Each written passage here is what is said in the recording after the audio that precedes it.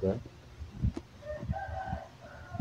Umaga kita na dito kay prepare kita na pagpapilog na Bible study kami sa pamilya Bukan.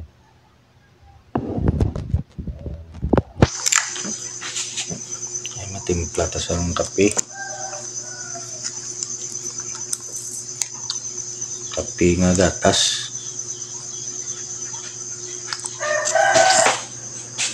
Guys, may gatas tayo.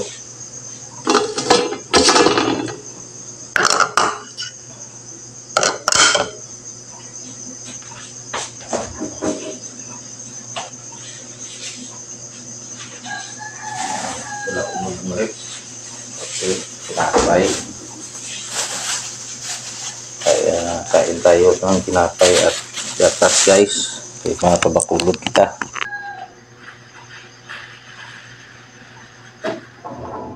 Sarap ang tinapay pag malamig sa umaga. Wow. Harap.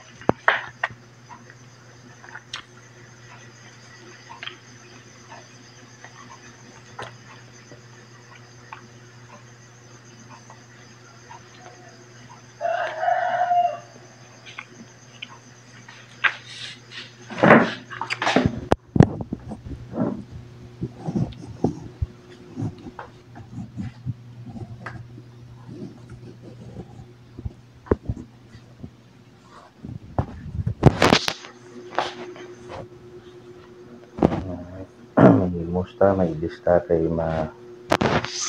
kata pabakulod aga pa.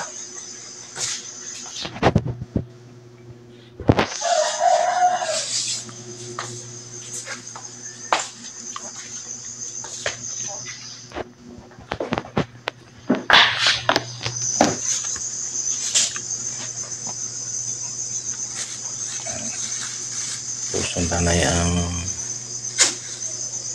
pamahaw tayo hindi tagutungo sa dalan.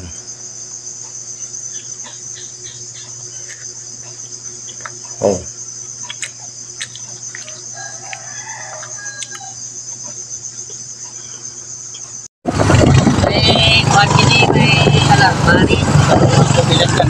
mga po, ari na kami sulong sa Sumpag. Buwing pa bakulod na kami. Private ako na nilaw.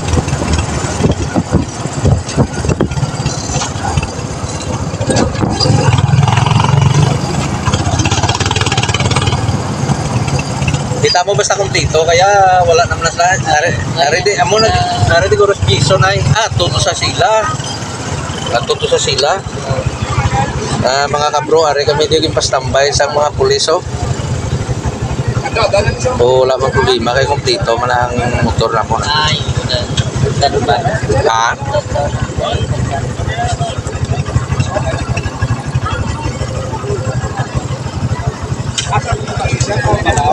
Isa-isa ang mga tricycle driver sa pagkisa sa mga lisensya. Isa-isa ang mga tricycle driver pagkisa sa mga lisensya.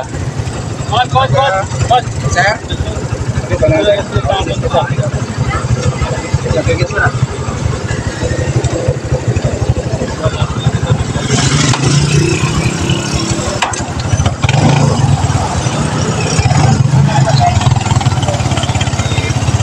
Okay, para kami going pa bakulod na kami. Kanan mo karuan. Lagi. Salmar kami sa Timbuwen. Wala pala radio niya sa David Puente. Ha? Wala pala radio niya sa David Puente. Mayroon kayo nakalusot kami. Kompleto niya si Brother Mark ha. Ang kulang na ni siya, sawa.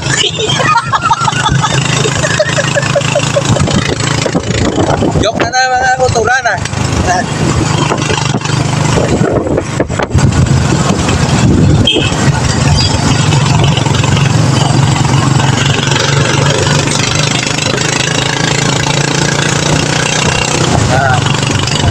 Ari na kami sa Barangay Sumpag.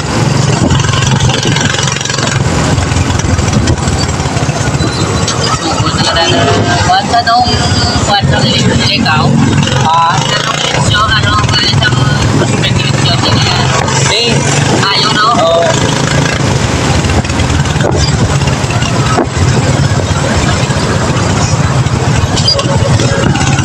Ross Pharmacy.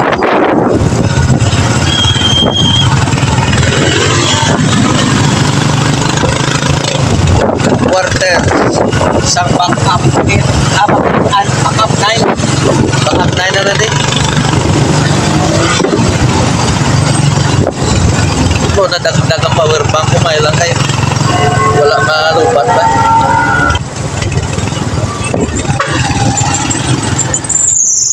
Yan. Yan ang tindahan sa barangay Sumag.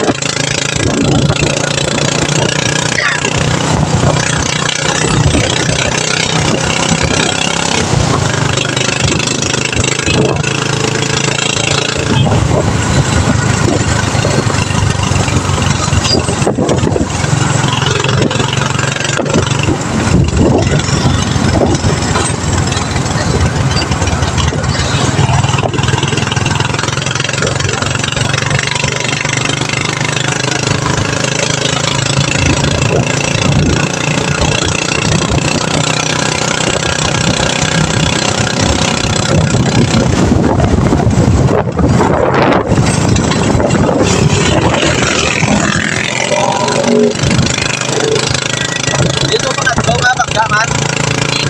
Delikat no?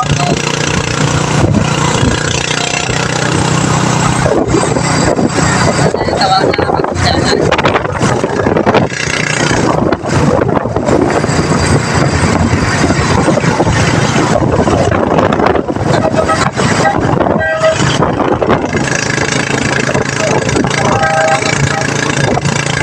Ari pwede matadagang yun. Riyaw?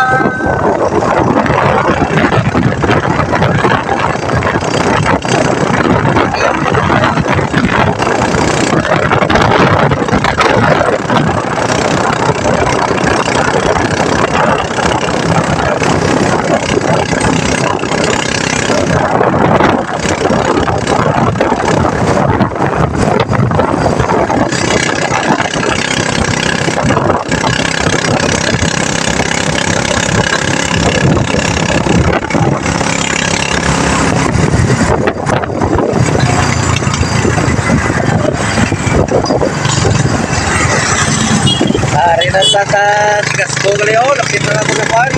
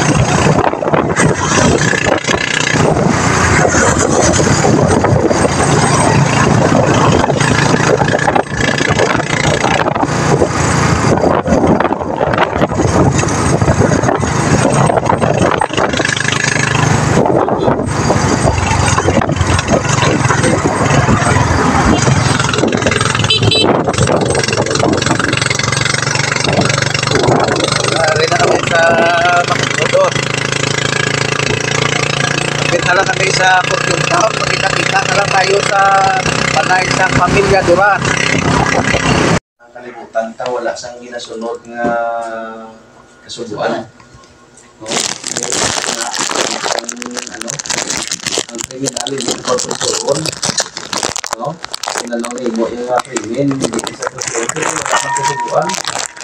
Kita mo nang matupo karon kay Bisantin, kita makanto. May mga ibang mga kauturan natin, ibang mga sikta na nagawali, wala na kasubuan. Hindi kita na muna pa na kumaya. Di karon nato na pabalaan kung bala ang kasubuan ginwala na sa sang Ginoo, no? So diri ang pamangkot, unang pamangkot ang aton tun-an diri kay diri makikita ang sabat ya sa Biblia. No te basahon no ako. So ano ang bugos nga katungdanan sa tawo kung unang pamangkot, no? Ano kuno ang bugos nga katungdanan o obligasyon sa tawo? So kung makita niya siya ang sabat, makita siya sa Manuwali 12:13. Ay basabat. Manuwali 12:13. Palo na si Mian.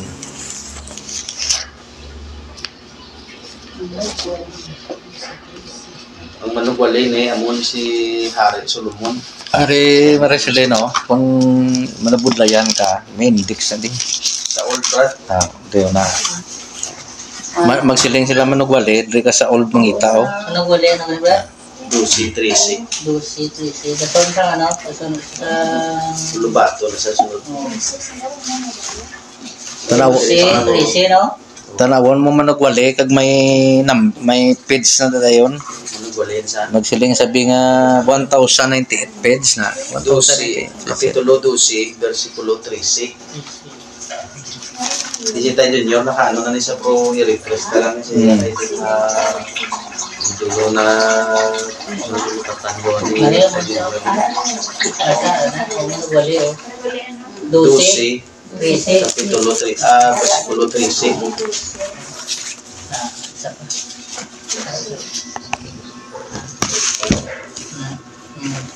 Sa?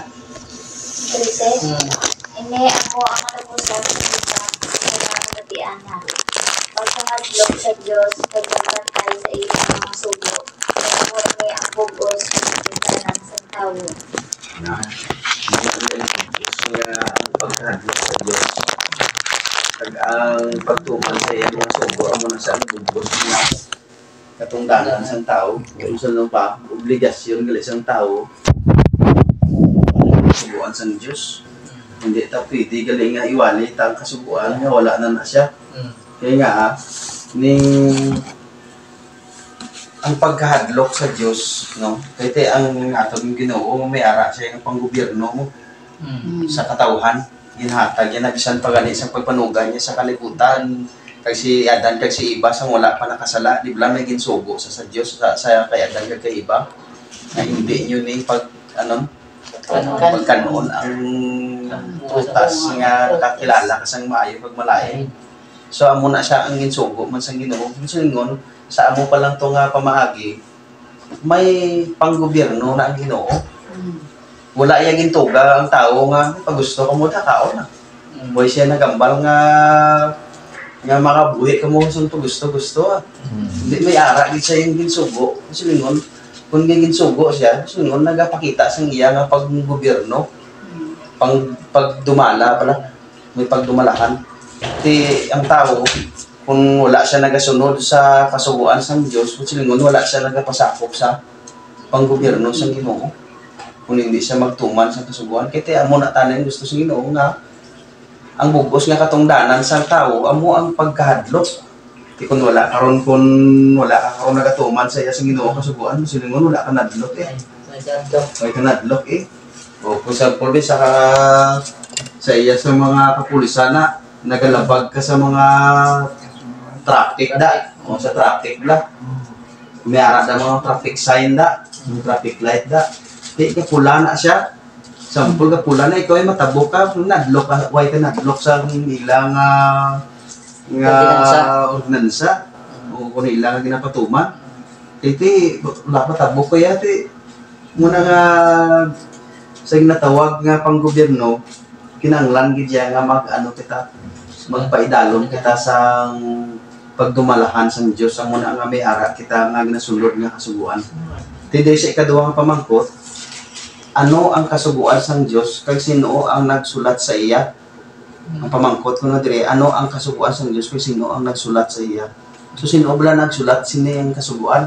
Kag ano ini siya ang kasuguan? Na. So diri siya makita sa Exodo 20, Dason sang Genesis. 3 hasta sa 17. Sunod yung ano, Exodus, ano na, Genesis. Sunod na sa Genesis sa Kumiro gid. No, na, Exodus na lang God. Exodus 20, 3 hasta sa 17. 20, 3 hasta 17. Wala na ko sigawas. Sige lang, basta, sige.